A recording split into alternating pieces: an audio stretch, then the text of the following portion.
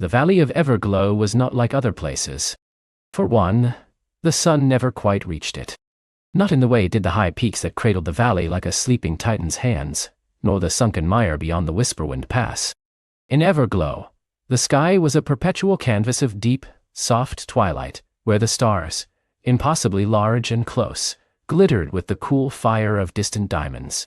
And from these very stars, so the stories went, fell the stardew. Elara knew the stardew. It was in the air she breathed, a faint, sweet shimmer that clung to the leaves of the great glow trees and made the river run with liquid moonlight. It gathered in crystalline pools, tasted like cool honey and starlight, and was the very essence of Everglow's magic. It nourished the bioluminescent moss that carpeted the forest floor, painted the wings of the glimmerwings with iridescent dust, and hummed gently in the ancient stones that formed the homes of the valley folk. Elara lived in one such home, carved into the base of a particularly grand glow tree, its branches reaching up like arms to cup the ever-present starlight. Her days were spent much like any other child's in Everglow, helping her grandmother tend the moon-petal gardens, where flowers bloomed only under the soft gleam of the twin moons, when they deigned to rise above the peaks, or collecting fallen stardew crystals for the hearth fire, which burned with a clean, smokeless light. But unlike most children, Elara often found herself drawn to the quieter, forgotten corners of the valley, her heart aflutter with a curiosity that hummed beneath her skin like a captured glimmering. She was a wisp of a girl, with hair the color of twilight shadows and eyes that held the deep knowing gleam of the stardew pools. Her movements were soft, almost silent, as if she feared disturbing the ancient magic that slept all around her. Her only constant companion was Stellan, a tiny glimmerwing whose wings, usually a vibrant swirl of sapphire and emerald, had lately taken on a more subdued silvery hue. Stellan communicated not with words, but with a complex language of shimmering light patterns and gentle brushes against Elara's cheek, a language Elara understood as perfectly as if it were her own thoughts. Lately, however, there was a disquiet in Everglow. A subtle shift that began almost imperceptibly, like a whisper carried on a distant breeze. The glow trees, usually vibrant with their internal light, seemed a shade dimmer. The bioluminescent moss, once a riot of soft greens and blues, now pulsed with a weaker, more hesitant glow. The stardew itself, when Elara tasted it, felt less sweet, less potent, like a memory of a song rather than the song itself. The elders, with their faces etched by countless seasons of stardew-nourished wisdom, spoke in hushed tones around the communal hearth. "The flow is lessened," they murmured, their voices like the rustling of dry leaves. "The pools are not as deep, the luminescence fades." They tried the old ways, chanting ancient songs to the Star Mother, placing carefully carved runes at the Stardew Springs, even venturing to the very edges of the valley to seek answers from the whispering mountains. But nothing seemed to work. The dimming continued, a slow, creeping shadow threatening to engulf the heart of Everglow. Elara felt it most acutely. She saw the worry in her grandmother's usually serene eyes, the way the moon petals struggled to unfurl their petals, the hesitant flutter of Stellan's wings. One evening, as the twin moons, Lumina and Nocturna, cast long silvery shadows across the valley, Elara sat by the largest stardew pool near her home. It was known as the Heartspring, said to be one of the primary sources of the magical dew. Usually, it bubbled with a gentle, effervescent light, its surface a swirling tapestry of liquid stars. Tonight, however, it lay still and dull, its glow barely strong enough to illuminate the mossy stones at its edge. A thin, almost translucent film seemed to shimmer on its surface, not of light, but of something else, something tiring. Stellan landed softly on Elara's shoulder, his tiny light pulsing with a pattern of distress. Fading. Cold. Laos, Indo. His light language conveyed. Elara reached a tentative finger into the cool, silent water. It felt strangely inert, lacking the usual vibrant hum she remembered from her childhood. "It's getting worse, isn't it, Stellan?" she whispered, her voice barely audible above the gentle, mournful sigh of the Everglow wind. Stellan pulsed a rapid agreement, then landed on her hand, his body trembling slightly. He projected an image into her mind, a winding path, growing darker and darker, leading into an unknown place. Further. Nanyimda. Find. Wada. Elara understood. Now, Stellan, with his deep connection to the valley's magic, sensed a direction, a need to go beyond the familiar. The elders had tried the known paths, the traditional remedies. But perhaps the problem lay somewhere else entirely, somewhere forgotten, somewhere only a curious small girl and her glimmering companion might dare to look. A shiver of apprehension, quickly followed by a spark of resolve, ran through Elara. She thought of her grandmother, of the struggling moon petals, of the way the smiles of the valley folk seemed a little less bright each day. She couldn't just sit and watch Everglow fade. "You think we need to go deeper?" she asked Ellen, her gaze sweeping across the shadowed shapes of the whispering woods, which bordered the Heartspring. The woods were ancient, their gnarled trees reaching towards the stars like skeletal fingers, and tales of forgotten spirits and tricky sprites abounded within their depths. No one ventured far into the whispering woods without good reason, and certainly not alone. Stellan's light glowed with determined intensity. Yes. Beyond. Day. The route. D-R. When no. When they were ahead. The route. Died. Elara knew the legend. Deep beneath the Heartspring, so the stories went, lay the great root of the first glow tree, the progenitor of all life and light in Everglow, said to be directly connected to the Star Mother herself. It was a place of myth, a place no one had seen in generations, its entrance long forgotten, or perhaps sealed away for reasons lost to time. Elara took a deep breath, the cool, stardew-laced air filling her lungs. Her heart thrummed with a mixture of fear and excitement. "All right," she whispered, her voice gaining a surprising strength. "We'll go, but we need to be careful, and we can't tell Grandmother yet. She'd worry." Stellan bobbed his head, his light flickering like a tiny conspiratorial star. The next morning, before the valley was fully awake, Elara prepared. She packed a small pouch with dried moonpetal berries for sustenance, a tiny vial to collect any unusual stardew, and a length of sturdy glowvine, its natural luminescence enough to mark a trail. She wore her warmest tunic, woven from the softest glow spider silk, and her most comfortable boots. Stellan perched on her shoulder, his light a steady beacon in the dim pre-dawn twilight. "Ready?" Elara whispered to him, standing at the edge of the whispering woods. The trees loomed, silent and imposing, their upper branches disappearing into the perpetual gloom. The air here was cooler, heavier, carrying the scent of damp earth and ancient magic. Stellan pulsed angrily. Together. Wunden, Erdanede, Paptan. With a final glance back at her sleeping home, Elara stepped into the woods. The familiar path quickly faded, swallowed by dense undergrowth and the deepening shadows. The glowing moss here was almost entirely gone, replaced by thick, velvety darkness. The sounds of the valley, the gentle hum of stardew, the chirping of night moths, were muffled, replaced by the soft rustle of leaves and the distant, mournful call of a sky owl. Elara pressed on, her eyes adjusting to the low light. "No wide." Stellan, usually flitting ahead, now stayed close, his body pressed against her cheek, his light a tiny, warm comfort. He seemed to guide her, not with specific directions, but with subtle shifts in his light, brighter when she was on the right track, dimmer when she veered off. They walked for what felt like hours, deeper and deeper into the woods. The trees here were unlike any Elara had seen before, their bark twisted into grotesque shapes, their branches interwoven so tightly that only slivers of starlight pierced through, creating shifting patterns on the forest floor.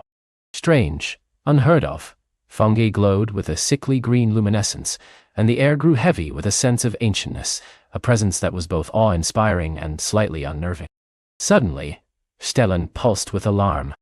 "Ianga." "Not here." He flitted wildly, his light flashing erratically. Elara froze, her heart pounding. She strained her ears, but heard nothing.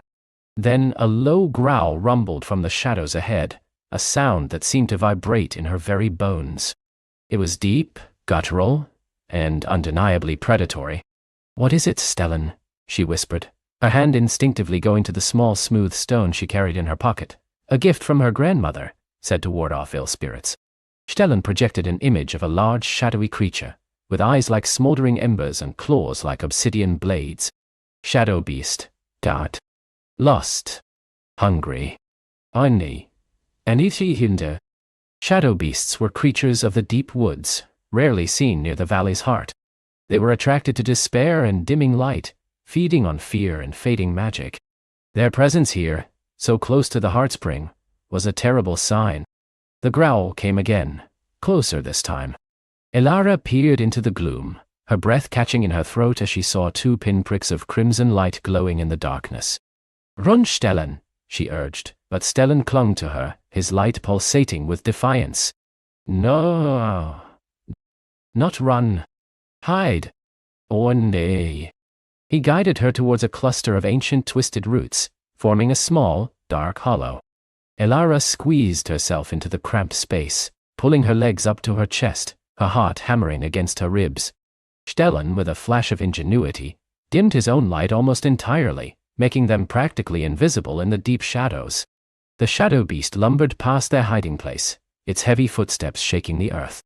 Elara could feel the warmth of its breath, rancid and cold, as it sniffed the air just inches from her face. She squeezed her eyes shut, trying to make herself as small and silent as possible, willing herself to become one with the earth.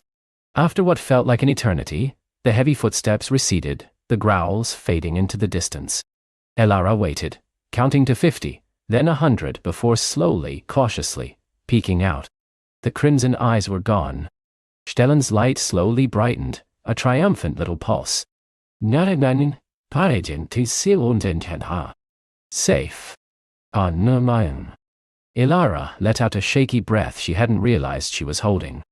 "That was too close," she whispered, her voice trembling.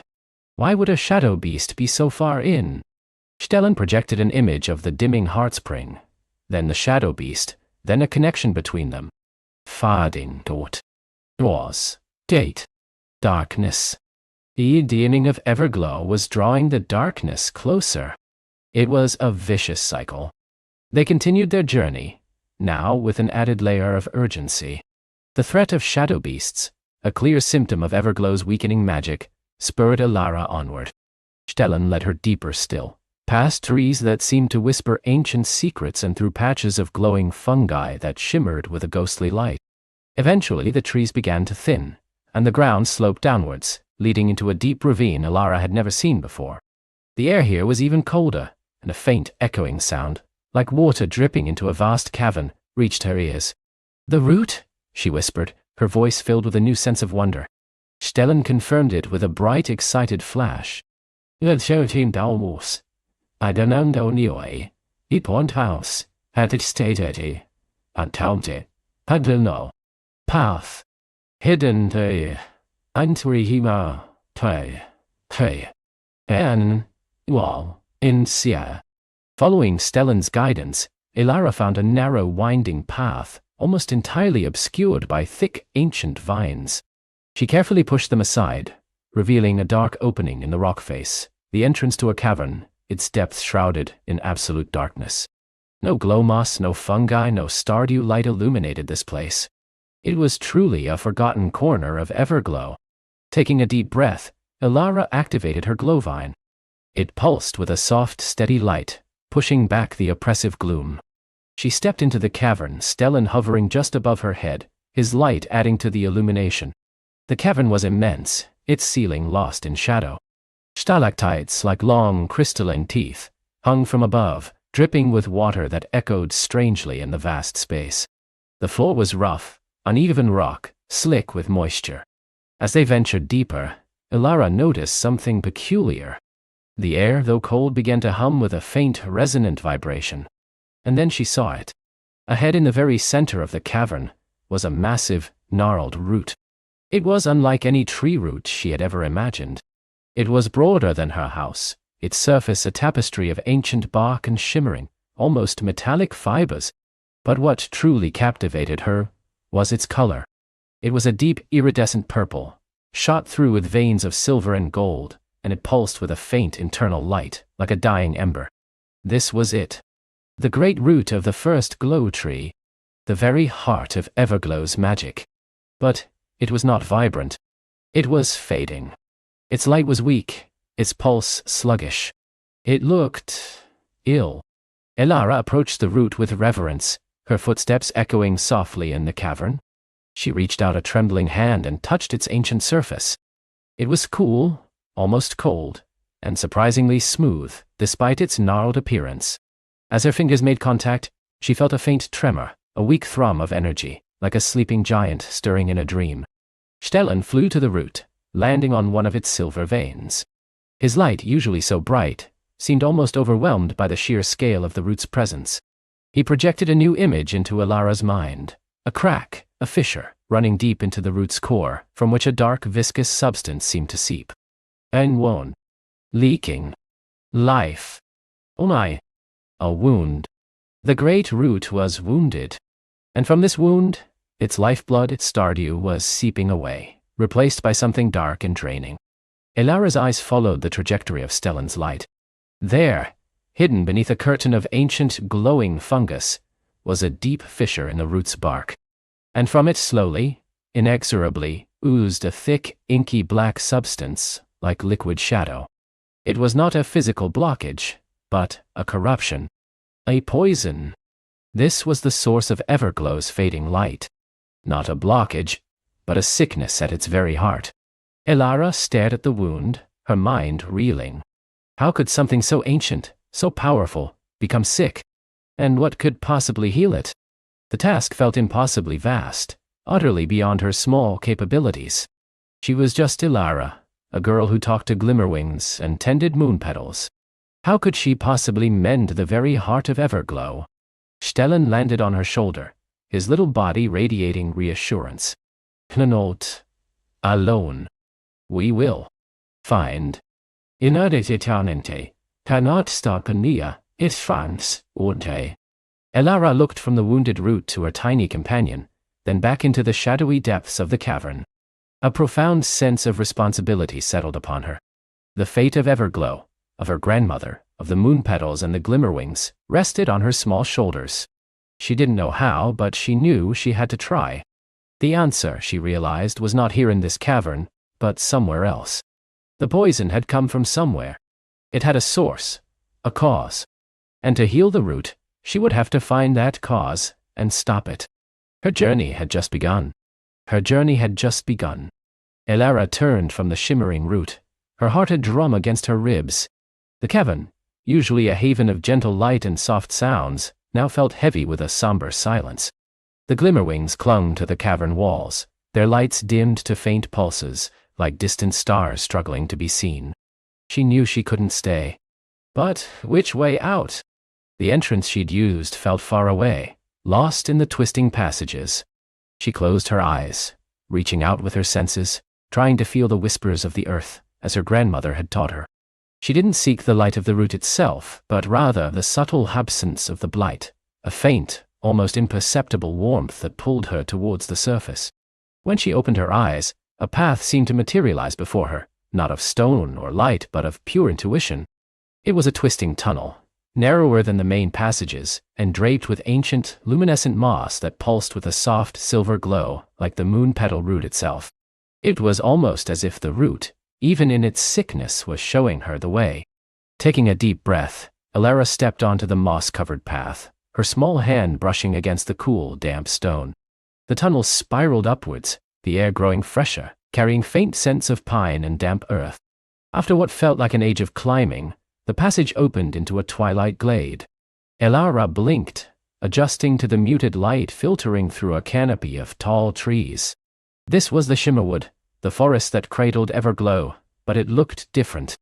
The trees, usually vibrant with emerald leaves and bark like polished silver, were now muted. Their leaves hung listlessly, a dull, sickly green, and their silver bark was streaked with gray. The air, typically alive with the chirping of forest sprites and the rustle of playful wind wisps, was eerily still. A cold dampness clung to everything, not the refreshing coolness of the cavern, but a clinging, melancholic chill. "Oh," she whispered, her heart sinking. The blight had spread. A faint flicker of light caught her eye. It was a glimmering, but not like the ones she knew. This one was small, its wings tattered, its glow a faint, sputtering ember. It struggled to stay aloft, darting erratically, before landing with a soft thud on a patch of withered moon petal ferns. It trembled, its tiny body racked by shivers. Elara knelt, her heart aching. "Little one," she murmured, reaching out a gentle finger. The glimmering, no bigger than her thumb, weakly turned its head. Its multifaceted eyes, usually sparkling with mischief, were dull and clouded. "You're hurt," Elara said, her voice filled with sympathy. She remembered her grandmother's words. "The glimmerwings are the spirit of Everglow, children. If they suffer, so does the land. Shine. Flicker," the glimmerwing managed, its voice a whisper, like wind through dry leaves. "The dark, it spreads." Elara carefully cupped the tiny creature in her hands. Its light, though weak, was still there, a testament to its resilience. "I know, Flicker. I'm going to try and stop it. Will you come with me?" Flicker looked up at her, its dull eyes searching hers. With a surprising surge of energy, it pulsed faintly, a tiny spark of hope. "Lead the way." Holding Flicker gently, Elara rose. The little glimmering was too weak to guide her, but its presence was a comfort, a tangible piece of Everglow's suffering and its enduring spirit. She had to find the source. But where to begin? She looked around the blighted glade. The ground was covered in a thin grayish film, like ash. The very air felt heavy, as if burdened by unseen sorrow. There was a faint, almost metallic tang to it, something unnatural. She remembered her grandmother speaking of ancient places in the Shimmerwood, places where the magic of the world ran deep, places that might hold answers. The Whispering Willows. The Whispering Willows were a grove of ancient trees, their branches draped with silver-green moss that swayed even when there was no breeze, their roots intertwining like a vast living tapestry. They were said to remember everything, to hold the wisdom of ages within their gnarled trunks. If anyone knew what was happening, it would be them. Elara started walking, her small boots crunching on the withered foliage. Flicker nestled in her hand, occasionally pulsed, a tiny struggling beacon. The path grew more difficult. Twisted roots snaked across her way, and the canopy grew denser, casting the forest floor into a perpetual gloom. The air grew colder, and a faint, mournful sigh seemed to emanate from the very trees themselves. As she pressed deeper into the Shimmerwood, the blight's effects became more pronounced.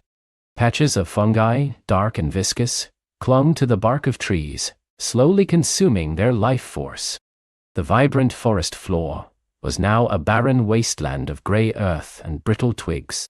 Small, usually cheerful forest creatures, squirrels with dull fur, rabbits with glassy eyes, scurried away from her, their usual playful curiosity replaced by fear and lethargy.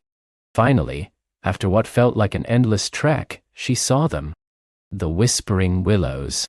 They were magnificent, even in their suffering. Their massive trunks rose like ancient pillars, their bark a mosaic of deep greens and earthy browns, but even they were not immune. Their feigned silver-green moss was now tinged with gray, and their trailing branches, usually rustling with gentle secrets, hung heavy and still. Elara approached the largest of the willows, a tree so old it seemed to touch both the earth and the sky. Its base was a cavernous hollow, large enough for her to step inside. She placed Flicker gently on a patch of less blighted moss at the base of the tree. "Grandmother said you remember everything," Elara whispered, placing her hand on the ancient bark. It felt cold and rough, like old stone, but she could sense a faint, slow pulse beneath her palm. "Please, tell me what is happening. The moonpetal root is dying." A deep, mournful sigh seemed to ripple through the entire grove, a sound that wasn't wind, but the collective sorrow of the ancient trees. The moss on the branches swayed, as if stirred by unseen currents. "A shadow. It grows." A voice, ancient and resonant, echoed not in her ears but directly in her mind, a symphony of rustling leaves and creaking branches. It was the collective voice of the Whispering Willows. A seeding of despair, a slow creeping rot. From the hollowed heart. "The hollowed heart?" Elara asked, her voice small. "What is that?" "Once, a place of balance, where earth and sky met, where the first moon petal bloomed. Now, a wound, a source of sorrow, deep within the Merkfen." The Merkfen. Elara had heard tales of the Merkfen, a vast misty swamp to the north of the Shimmerwood, a place of ancient forgotten magic and treacherous bogs. It was said that the sun never truly touched the Merkfen, and strange, eerie lights flickered among its gnarled cypress trees. It was a place children were warned never to go. "How do I get there?" she asked, her voice trembling slightly, but her resolve firm. "Follow the blight. It leads the way, but beware, child of light, for the Merkfen is not kind to pure hearts. It seeks to drain, to dim, to drown hope." The willows paused, their branches giving another collective shudder. "Seek out Grok, the stone moss guardian. He knows the paths, if he chooses to share." Grok.I. Elara knew of Grok, a creature of legend, a colossal trent said to be made of living stone and moss, a protector of the deepest parts of the Shimmerwood. He was known for his immense age, his grumpy disposition, and his unwavering loyalty to the balance of nature. If anyone could help her navigate the Merkfen, it would be Grok. She thanked the whispering willows, promising to bring them healing if she could. They responded with a faint, hopeful shimmer in their moss, a tiny spark in the gloom. Retrieving Flicker, who seemed slightly stronger for having rested, Elara set off again, following the ever-thickening trail of blight that now seemed to pull at her very spirit. The forest grew darker still. The ground became boggy, squelching under her boots. Twisted roots, slick with dark moisture, formed treacherous traps. The air grew heavy with the scent of decay and stagnant water. Elara felt a growing weariness, a sense of hopelessness that was not her own, but seemed to emanate from the very air around her. She hugged Flicker closer, drawing strength from the tiny, struggling light. "We have to find Grok," she murmured, trying to shake off the oppressive gloom. Suddenly, the ground ahead of her shifted. A patch of mossy boulders, indistinguishable from the surrounding landscape, began to slowly rise. A deep, rumbling groan echoed through the trees, vibrating through the earth. Two immense glowing yellow eyes, like ancient embers, slowly opened in the mossy mass. It was Grok. He was enormous, easily twice the height of the tallest tree in the glade, his body a living tapestry of stone, bark, and vibrant green moss. Ancient roots formed his powerful legs, and gnarled branches, thick as tree trunks, were his arms. He moved with a slow, deliberate majesty, each step shaking the ground.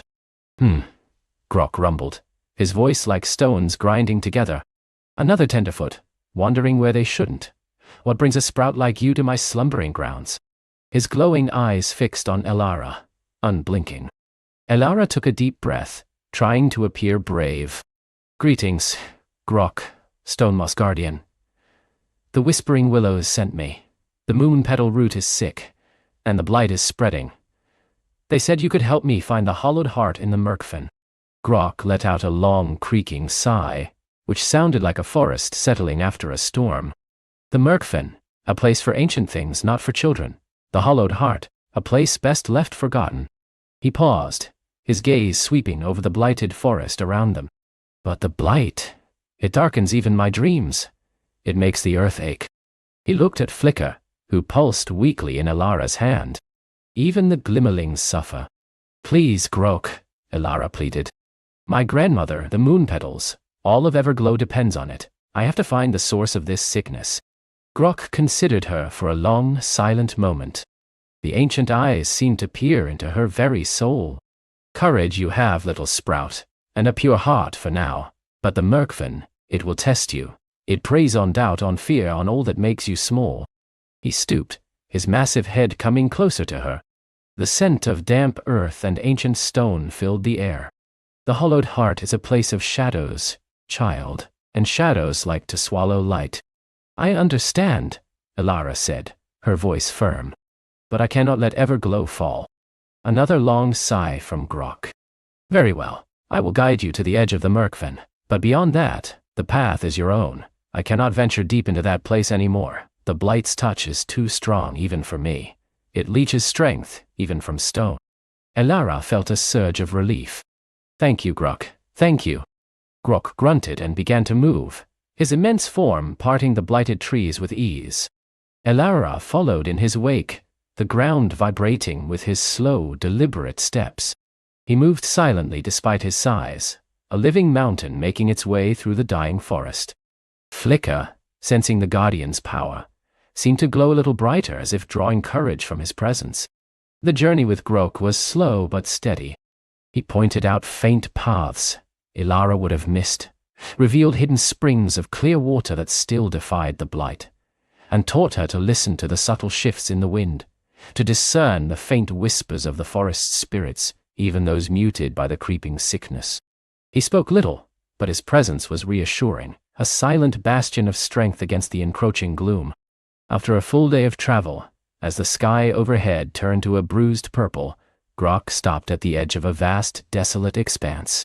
A thick gray mist hung low over the landscape, obscuring everything beyond a few feet. Gnarled, skeletal trees, draped in weeping moss, rose like specters from a murky black water.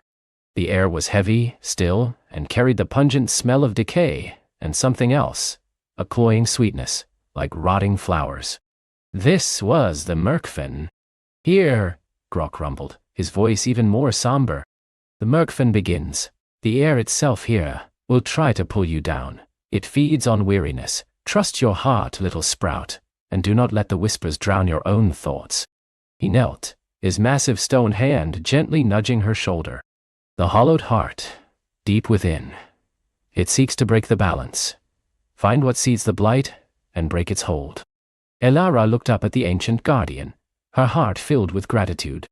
I will, Grok. Thank you.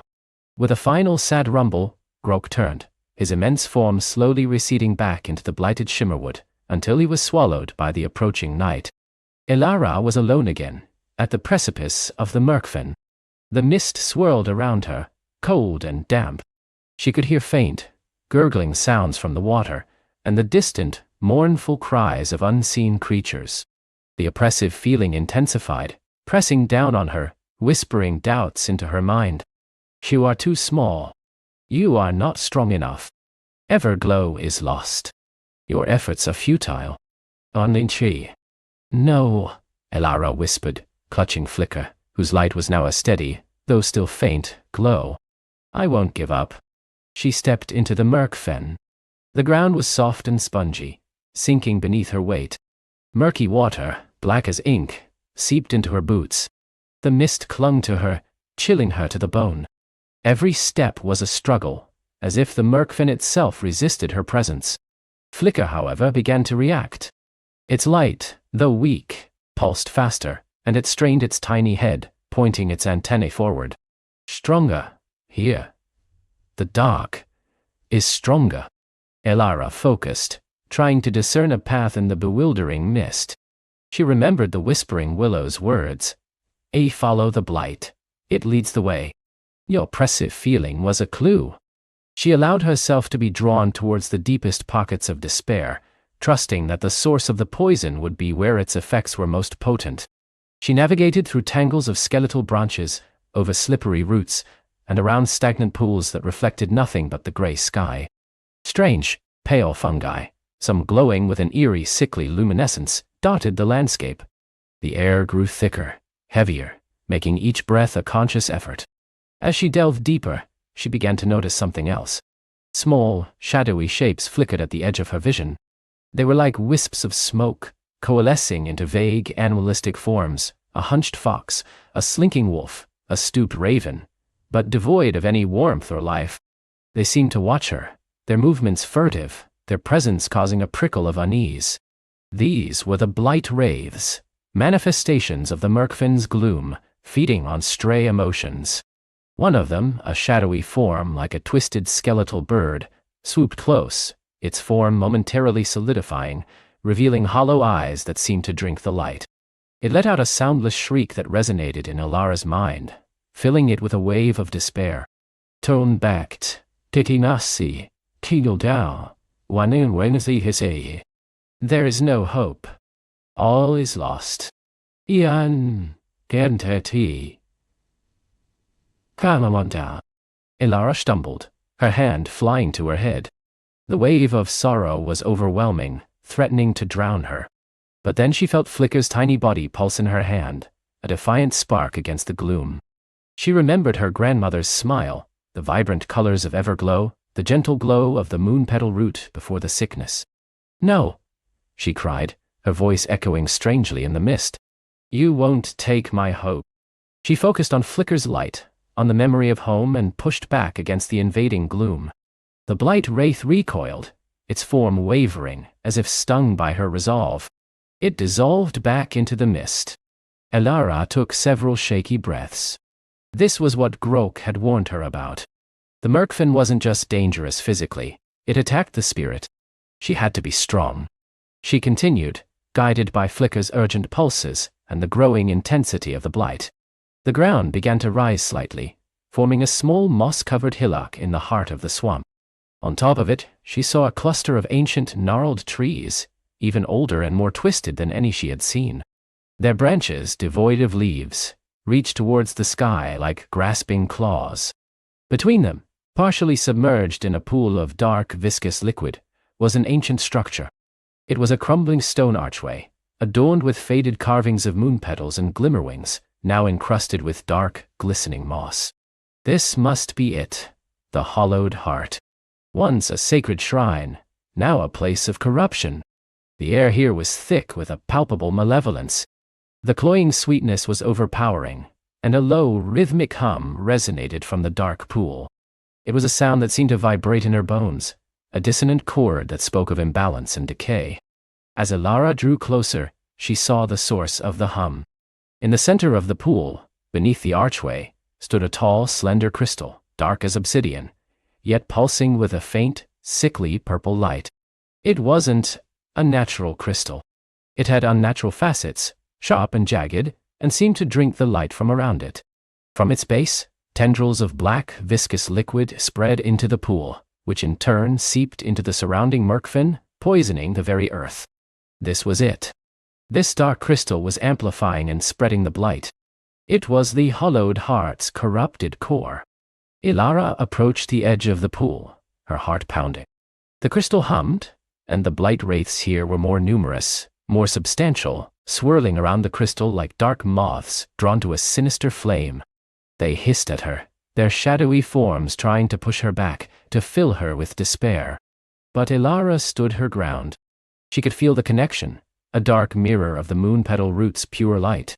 She knew, with a certainty that settled deep in her bones, that this crystal was not the ultimate source, but a vital link in the chain of corruption. Someone or something had placed it here. Someone was doing this. She had to get closer. She had to understand how to stop it, to sever its connection. The fate of Everglow was not just on her shoulders, but now resting on her small hands, hovering over this dark, pulsating heart of the Merkfin. Her journey was far from over, but she had found her first true enemy, and she was ready. Her small hands, trembling with a mixture of fear and resolve, hovered over the dark, pulsating heart of the Merkfin. The air around the crystal shimmered with an oppressive weight, tasting of dust and forgotten dreams, a stark contrast to the verdant memory of Everglow. Elara took a slow, deep breath, pulling the warmth of her own inner light into her chest, letting it radiate outward, a tiny beacon against the encroaching gloom. She knew she couldn't simply smash it. Its power felt too ancient, too deeply rooted. She needed to understand. With a final, unwavering resolve, she lowered her hands, fingers outstretched. The moment her fingertips brushed the obsidian surface, a jolt, not of pain but of profound shock, coursed through her. It was cold, colder than ice, yet pulsed with a furious internal heat. The crystal hummed, a low, resonant thrum that vibrated through her bones, rattling her very teeth. Suddenly, the world around her dissolved. The Merkfin mist swirled not as a physical fog, but as a shifting veil of memory and emotion. Elara was no longer standing on the damp earth, but floating in a vast, empty darkness, save for the crystal, which now loomed before her, impossibly large, a swirling vortex of shadow and fleeting, fractured images. She saw. Not with her eyes, but with a deeper sense, a knowing that unfolded within her mind. She saw a land, not unlike Everglow, but ancient and wild, where towering, luminous trees reached for a sky that always seemed to glow with twilight. This was a place of vibrant, living magic, where the very air sang with unseen energies. And at its heart, A magnificent, clear crystal, shimmering with every color imaginable, stood as a beacon, drawing light, purifying it, sending it back out into the world. This, she realized, was the originally Heartstone. A true heart. Then the vision shifted, darkening like ink dropped into clear water. A shadow fell over the luminous land. Not a natural shadow, but a creeping, insidious presence. A figure, tall and gaunt, cloaked in robes woven from the very absence of light, moved with an unnatural grace. Its face remained obscured, a swirling void beneath a deep hood, but Elara felt an icy tendril of malice, an ambition so vast it chilled her to the core. The figure approached the vibrant Heartstone. Its hands, skeletal and long, reached out, not to embrace, but to grasp. As its touch met the pure crystal, a horrifying transformation began. The light within the Heartstone recoiled, flickering like a dying flame. The figure seemed to eye feeding on it, draining its luminescence, twisting its purpose. The crystal groaned, a soundless scream that echoed in Elara's mind, and began to darken, to shrink, to calcify into the very object she now touched in the Merkfin. It was like watching a living thing wither and die, its essence corrupted, repurposed. The vision intensified. She saw the shadowy figure, now holding the corrupted crystal, traverse vast, desolate lands, the whispering wastes, the glimmering would later call them, a realm of shifting sands and mournful winds. She saw it arrive at the edge of Everglow, at the very border of what was once a pristine, gentle marsh. With a gesture that felt both ancient and cruelly precise, the figure plunged the corrupted Heartstone deep into the earth, right where the Merkfin now festered. And as it did, a pulse of dark energy rippled outwards, turning lush green to sickly gray, vibrant water to stagnant muck. The figure's lips, unseen beneath its hood, seemed to curve into a smile of cold satisfaction. The vision shattered, leaving Elara gasping, stumbling backward from the crystal. The Merkfin coalesced around her once more, but it seemed darker, more menacing than before. The thrumming from the crystal intensified, a triumphant, mocking beat. It had shown her its origin, its desecration, and the hand that wrought its corruption. The Shadow Weaver, she instinctively knew. The name resonated with the icy chill that still clung to her. A sudden, sharp rustle in the reeds broke her trance. Her heart leaped into her throat, a small, terrified bird. From the gloom a creature emerged, drawn by the crystal's amplified pulse and Elara's own luminous aura. It was unlike anything she had ever seen. Larger than a child, with broad, moth-like wings that were once surely iridescent, now dulled to a patchy grey-brown ragged at the edges. Its body was slender, covered in fine, dark fur, and its head was adorned with long, delicate antennae that twitched nervously. Its eyes, large and multifaceted, glimmered with a faint, sorrowful light, like distant stars seen through a thick fog. It moved with a hesitant grace, not threateningly, but with a profound weariness. As it drew closer, Elara noticed tiny, luminescent spores flaking from its wings, falling like dying embers onto the damp ground. You touched it," a voice whispered in her mind, not with words, but with a tapestry of feeling, of ancient sorrow and weary knowledge. The Heartstone. It remembers. Elara stared wide-eyed, not at all surprised that a creature of the Merkfin could communicate with her, but by the sheer melancholy of its presence. You know what it is?" she asked aloud, her voice barely a whisper. The creature lowered its head, its antennae drooping. It was the heart of the marsh once it projected. A beacon of life connected to Everglow's deepest wellsprings. We were the Glimmerwings, its guardians, its children. We carried its light on our wings. It spread one ragged wing, and Elara could almost see the ghost of its former glory, a vibrant tapestry of blues and greens, golds and silvers. Now, we carry its shadow. The Shadow Weaver, Elara breathed, recalling the vision. It placed it here, didn't it? It corrupted it. The Glimmerwing shivered, a tremor passing through its entire body. The Shadow Weaver, from the whispering wastes, she seeks to drain the light from all lands, to feed her own desolate realm. She twists power, turning life to barrenness, hope to despair. The Heartstone is but one of her many anchors, pulling at the very essence of Everglow. Anchors? Elara frowned. You mean there are more? Perhaps not like this one, the Glimmerwing conveyed. This one is the largest, the deepest rooted. It acts as a siphon. But the Shadow Weaver has placed other, smaller seeds of corruption, lesser anchors, throughout the borderlands, slowly choking the life from the edges of Everglow, preparing it for her full dominion. A wave of despair washed over Elara, but she fought it back, clinging to the small flame of hope within her. But how can I stop it? How can I sever its connection? The Glimmerwing tilted its head, its multifaceted eyes seeming to peer into her very soul. You carry a light, child of Everglow, a light untainted by the Merkfen's touch. That is why the Heartstone showed you its truth. It recognized a kindred spirit to its former self.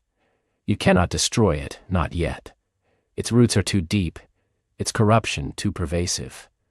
But you might dampen it. Dampen it? Elara asked, hope flickering. There is a place, the Glimmerwing began, its voice a soft hum of images. Deep within the Merkfen, yet untouched by its darkest blight. A sunken grove where the ancient trees still remember the true Heartstone, where the old magic slumbers. There, a guardian still waits, though weakened, for someone with the light to awaken it. It knows the song of severance, a melody of pure light that can temporarily quiet the Heartstone's hungry pulse, allowing Everglow to breathe again, if only for a short. A song of severance, Elara repeated. Ow! Where is this grove? The Glimmerwing turned, its tattered wings stirring the heavy air. Follow me, child of light. My strength wanes, but I can guide you to its edge. The Merkfen grows darker the closer you are to the Heartstone. The grove lies beyond its immediate grasp, where the old paths still whisper. Without hesitation, Elara nodded. The Glimmerwing, despite its weariness, seemed to gain a faint luminescence from her decision, its dull eyes brightening marginally. It took to the air with a soft rustle, flying slowly, staying low, its faint glow a guiding ember in the deepening Merkfen. Elara followed, her small steps crunching on the damp earth. The journey was arduous. The ground became softer, muddier, sucking at her boots. Twisted, gnarled trees, draped in thick black moss, loomed like silent sentinels. Their branches clawed at the perpetually twilight sky, and their roots, thick and serpentine, snaked across the path, tripping hazards in the gloom. Strange unseen creatures rustled in the undergrowth, their eyes, pinpricks of malevolent light, watched from the shadows. The air grew heavy with the scent of decay, of stagnant water and forgotten things. The Merkfen tried to play tricks on her mind. Whispers seemed to drift on the breeze, soft and insidious, telling her to turn back, that her quest was futile, that Everglow was lost. Illusions flickered at the edge of her vision, fleeting glimpses of her comfortable bed, her mother's smile, her friends playing in the sunlight, all designed to tempt her away from the dark reality. But Elara gripped the small stone of Everglow's light she carried, letting its faint warmth ground her. She focused on the Glimmerwing's steady, if slow, flight, and the unwavering purpose in its silent guidance. At one point, as they navigated a particularly dense thicket of grasping, thorny vines that seemed to pulse with a dark life of their own, a pack of merkwolves emerged from the shadows. Their fur was matted and black, their eyes glowing an eerie red, and their snarls were like the tearing of old cloth. They were gaunt, corrupted echoes of noble forest wolves, their hunger twisted into something unnatural and cruel. Elara froze, her heart hammering against her ribs. The Glimmerwing, sensing the danger, landed beside her, its frail body trembling. They are drawn to the Heartstone's malice, it projected. And to your light. Instinct took over. Remembering the old stories of Everglow, of how light could repel darkness, Elara lifted her hands, not in fear, but in a sudden surge of determination. She focused, channeling the warmth within her, the essence of Everglow itself. A soft, golden light bloomed from her palms, not blinding, but pure and radiant.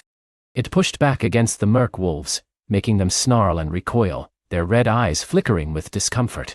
They were not accustomed to such pure light, only the dim, corrupted glow of the Merkfen. The light held them at bay for a crucial moment, enough time for the Glimmerwing to flutter forward, its wings stirring the air. It released a cloud of its luminescent spores, not the dull, dying embers, but a sudden brighter burst of almost forgotten magic. The spores, tiny motes of light, settled on the merc wolves, irritating their corrupted senses, making them whimper and scratch at their fur. Confused and agitated by the unexpected assault of light, they turned and melted back into the shadows, their snarls fading into the oppressive silence. Elara lowered her hands, breathing heavily, the golden glow receding. She felt a profound weariness but also a surge of quiet triumph. Her light wasn't just a comfort, it was a weapon, a shield. "You are stronger than you know, child," the Glimmerwing communicated, its voice laced with a renewed sense of wonder. "The Heartstone's corruption feeds on fear and despair. Your light, it starves it." They continued their journey, Elara's confidence bolstered by the encounter. The Merkfen, slowly, subtly, began to change. The oppressive darkness lessened, replaced by a deep, mossy gloom. The air grew a fraction cleaner, the scent of decay mingling with the faint, sweet smell of damp earth and unseen blossoms. The trees, while still ancient and twisted, no longer seemed entirely malevolent. Some even bore faint, glowing fungi on their bark, tiny beacons in the perpetual dusk. Finally, after what felt like an eternity, the Glimmerwing dipped its wings and came to rest on a patch of ground that was miraculously free of the thick, sucking mud. Before them, hidden behind a curtain of ancient weeping willow-like trees, was an opening. "The sunken grove," the Glimmerwing whispered, its voice thin with exhaustion. "My strength fails me here. I cannot enter. The Shadow Weaver's malice cannot reach this place directly, but it still draws upon my kind." Elara looked at the opening. It was like stepping into a different world. The trees within were colossal, their bark a mosaic of deep greens and browns, their leaves a rich, dark emerald. From their branches hung strands of luminous moss, glowing with a soft, ethereal light that dispelled the gloom. The ground was carpeted in a thick velvety moss, studded with tiny bioluminescent flowers that pulsed gently. In the very center, she could vaguely make out a gnarled ancient tree, even larger than the others, its trunk wide enough to form a small cavern. "Thank you, my friend," Elara said, reaching out to gently stroke the Glimmerwing's head. Its antennae twitched, and it seemed to lean into her touch. "You have saved me, and guided me true. Find the guardian, child of Everglow," the Glimmerwing urged, its voice fading. "Awaken the song. Everglow needs you." With a final weary flutter, it settled onto a nearby root, its light dimming significantly, as if conserving its last reserves. Elara took another deep breath and stepped into the sunken grove. The air here was cool and damp, yet clean, carrying the scent of rich earth and growing things. It was a place of deep, quiet power, a sanctuary within the Merkfen. The luminescence from the moss and flowers seemed to pulse in time with a slow, ancient heartbeat. She walked towards the massive, central tree. Its roots were like a network of sleeping giants, forming natural alcoves and hollows. As she drew closer, she realized the tree itself was alive, not just with leaves and bark, but with a palpable ancient presence. Within the hollow of its trunk, nestled among glowing fungi, she saw a figure. It was ancient, made of gnarled wood and woven moss, its form resembling an old wise man with roots for limbs and leaves for hair.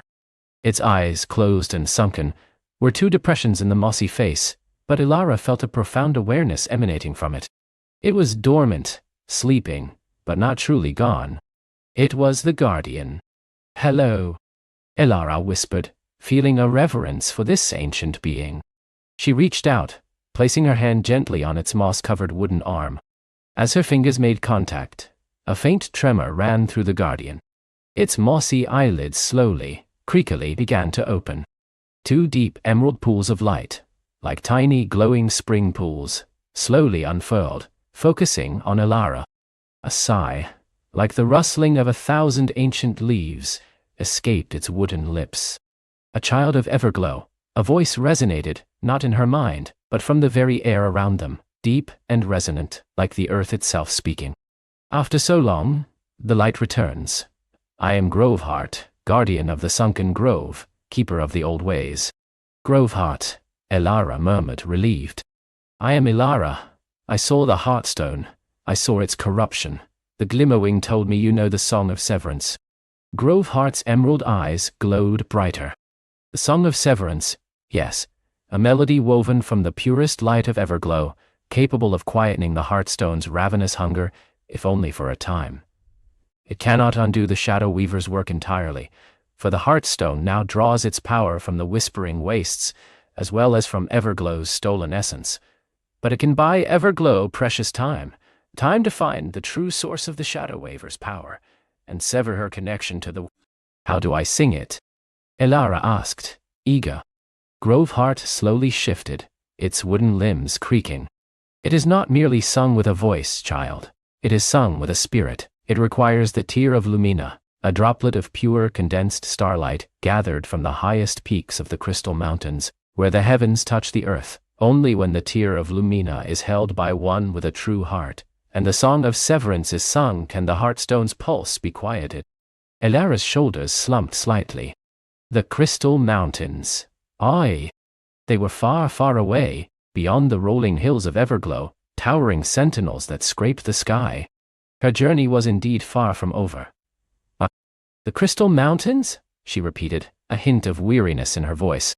Yes, Groveheart confirmed, its voice softening. A perilous journey, but a necessary one. The tear of Lumina is guarded by the Star Weavers, ancient beings of light and song. They will know if your heart is true.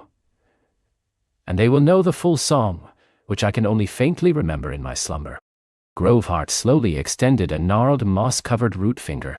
It touched Elara's forehead, and a gentle warmth spread through her. Go, child of light. You have awakened me, and in doing so, awakened a hope that had long slumbered. The path will be long, and the Shadow Weaver's influence spreads, but you carry the most potent magic of all, a pure heart and unwavering courage. Find the Crystal Mountains. Seek the Star Weavers. Find the tear of Lumina. Then, and only then, can you bring true respite to Everglow and prepare for the final confrontation. As Groveheart spoke, a small, vibrant green leaf, imbued with a soft, pulsing light, detached itself from its root finger and floated into Elara's outstretched hand. This is a leaf of Lumina. It will guide you and protect you from the deepest shadows if your intent remains pure. It will also help you find your way out of the Murkfen, for your path now lies beyond its grasp, towards the distant peaks. Elara clutched the glowing leaf, its warmth a comforting presence in her palm. The weight of her task was immense, but the clarity of her next step, and the hope offered by the ancient guardian, filled her with a renewed sense of purpose. She had faced the Murkfen's heart, learned of its true master, and found her next direction. The journey to the Crystal Mountains beckoned, a new chapter in her quest to save Everglow. With a final, grateful nod to Groveheart, Elara turned, the leaf of Lumina glowing steadily, illuminating her path out of the sunken grove and towards the unknown lands beyond. Elara stepped out of the sunken grove, the air immediately feeling different. The dense, humid atmosphere of the Murkfen gave way to a crisper, cooler breeze that carried the scent of pine and distant stone. The leaf of Lumina pulsed gently in her hand, a warm, golden heart guiding her through the twilight forest that bordered the Murkfen's edge. Days blurred into a rhythm of travel. Sunrise, steady trek, starlight and sleep beneath ancient boughs. She navigated tangled roots and moss-covered stones, her eyes always scanning the horizon for the first signs of the Crystal Mountains. The Murkfen receded slowly, its tendrils of gloom thinning with each mile she put between them. Soon the land began to rise, the gentle slopes growing steeper, the trees taller and more majestic. The air grew thinner, carrying the faint, high-pitched song of the wind whistling through unseen peaks. Then one morning, as the sun painted the eastern sky in hues of rose and lavender, Elara crested a high ridge and gasped. Before her, stretching to the heavens, stood the Crystal Mountains. Not gray or brown stone, but peaks of shimmering, faceted crystal, catching the dawn light and scattering it into a million rainbows. They glowed with an inner luminescence, a soft, ethereal light that seemed to hum on the very air. Some peaks were sharp and needle-like, others broad and flat-topped, all of them formed from colossal, translucent gems. Waterfalls cascaded down their faces, not of ordinary water, but of liquid light, pooling into serene, luminous lakes at their base. The very ground beneath her feet began to sparkle, tiny crystal shards embedded in the earth, whispering ancient tales of light and time. As Elara ventured deeper into this wondrous realm, the landscape shifted. Trees with branches of amethyst and leaves of emerald dotted the valleys, their roots anchoring into soil, that glittered like stardust. Giant, iridescent butterflies with wings like stained glass flitted between them, leaving trails of sparkling dust. The air hummed with a gentle, resonant energy, a song of pure magic. The leaf of Lumina, which had been a steady guide, now pulsed with a more excited rhythm, its light growing brighter, almost eager. She followed its insistent pull, ascending winding paths carved into the crystalline slopes. The silence here was profound, broken only by the chime of wind through crystal formations and the distant melodic echoes that seemed to drift from the very heart of the mountains. Days turned into nights, each bringing new wonders. Constellations visible through the transparent peaks, moonlight refracting into dazzling light shows, and the quiet comfort of Elara's own footsteps echoing softly. The leaf led her higher and higher, to a remote, towering peak that seemed to glow with a particular intensity. There, nestled within a natural amphitheater of towering crystal spires, was a cavern entrance, not dark and forbidding, but shimmering with an inviting, opalescent light. Intricate patterns, like frozen starlight, adorned its archway. This felt like the place. This felt like the destination. With a deep breath, Elara stepped inside. The cavern was vast, its walls and ceiling a mosaic of interlocking crystals of every imaginable color, reflecting and amplifying the light from the leaf of Lumina. In the center of this immense chamber, upon a dais of pure milky quartz, lay a figure. It was immense, larger than any living creature Elara had ever seen, yet it seemed to be made of pure, solidified sorrow. Its form was vaguely serpentine, but composed of swirling dark mists that pulsed with a faint, mournful glow. Its eyes, if they could be called eyes, were two deep, swirling pools of shadow, reflecting a profound and ancient grief. This was the source. This was the Merkfin's master. But not a master of malice, Elara realized with a pang, but a being overwhelmed by an unending sadness. Groveheart's words echoed, a sorrow too deep to bear, an ancient slumber, its dreams manifest as the choking gloom. The being stirred, a slow, agonizing ripple through its shadowy form. A low, mournful sigh filled the cavern, vibrating through Elara's very bones. It wasn't a roar of anger, but a lament of utter despair. The Merkfin, she understood, was not an evil force, but the physical manifestation of this creature's broken heart, its unending nightmare bleeding into the world. Elara felt a wave of empathy wash over her. This wasn't a monster to be fought, but a soul to be healed. She clutched the leaf of Lumina, its warmth a comfort against the chill of the cavern's sorrow. She knew what she had to do. Slowly, carefully, Elara approached the slumbering sorrow. Each step was deliberate, respectful. The air around the being grew heavy, suffocating, threatening to pull Elara into its endless grief. But the leaf of Lumina shone brighter, pushing back the encroaching shadows. When she was close enough, Elara extended her hand, the leaf glowing with an almost blinding intensity. She placed the leaf of Lumina gently upon the shadowy form. For a moment, nothing happened. The sorrow pulsed, perhaps even intensified, as if resisting the intrusion of light. Elara closed her eyes, focusing all her hope, all her empathy, all the light of everglow she carried in her heart, into the leaf. A soft, ethereal hum began to emanate from the leaf, resonating through the chamber. The dark mists of the slumbering being began to swirl, not with despair, but with a stirring of something new. A faint silver light began to glimmer within the shadow, like starlight trying to break through a storm cloud. Elara began to speak, her voice soft but steady, weaving words of comfort and hope. "Awaken, Ancient One," she whispered. "The world needs your light, not your sorrow. Everglow remembers you. It misses you. Let the sun warm your heart again." As she spoke, the silver light within the shadowy being grew, pushing back the gloom. The painful hum in the cavern softened, replaced by a gentle, melodic chime. The leaf of Lumina flared, and then, as if it had completed its purpose, it dissolved into a shower of golden sparks that drifted down, settling like warm dust upon the ancient being. The transformation was slow, beautiful, and profound. The swirling shadows began to coalesce, to solidify, to take on form. The immense sorrowful being was no longer a manifestation of grief, but a magnificent creature of pure, living crystal. Its body shimmered with an inner light, its scales like polished gems, its serpentine form now graceful and powerful. Its eyes, once pools of shadow, opened fully, revealing vast ancient orbs of warm golden light, filled not with despair, but with a profound gentle wisdom. The crystal seraph, as Elara instinctively knew it to be, slowly lifted its head. It let out a sound, no longer a lament, but a deep resonant hum that vibrated with joy and gratitude. The sound echoed through the mountains, a wave of pure healing energy spreading out from the cavern. Outside, the Merkfen, which had been slowly encroaching on the edges of Everglow, began to recede with astonishing speed.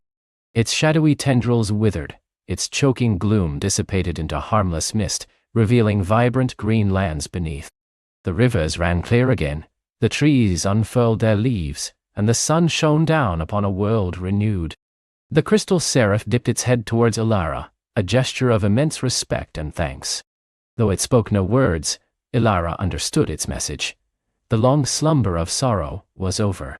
The ancient guardian of light and balance had awakened, healed by her courage and compassion. Elara felt a lightness in her heart she hadn't known since her quest began. The weight of Everglow's fate, which she had carried for so long, had lifted.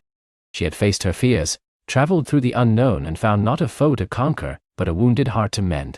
With a final gentle nod to the awakened seraph, Elara turned and walked out of the glowing cavern. The Crystal Mountains, once a place of distant wonder, now felt like a friend. The air was vibrant, singing with life. She looked out over the world, seeing the Merkfen's last vestiges melting away in the distance, replaced by the verdant beauty of Everglow. Her journey was complete. She had saved her home, not with a sword or a spell of destruction, but with understanding, empathy, and the enduring light of hope. The leaf of Lumina was gone, its magic returned to its ancient source, but its light now resided within Elara herself, a constant glowing ember in her heart. Elara began her journey home, the path illuminated not by a magical leaf, but by the rising sun of a newly healed world, and the quiet satisfaction of a quest beautifully fulfilled. She knew Everglow would remember this day, and the quiet girl who dared to seek the light where others saw only shadow. As she walked, a gentle breeze rustled through the crystal trees, carrying a faint melodic hum, the song of a world at peace, and a hero at rest. And as the stars began to twinkle overhead, Elara smiled, knowing that sometimes, the greatest magic of all is simply the courage to care.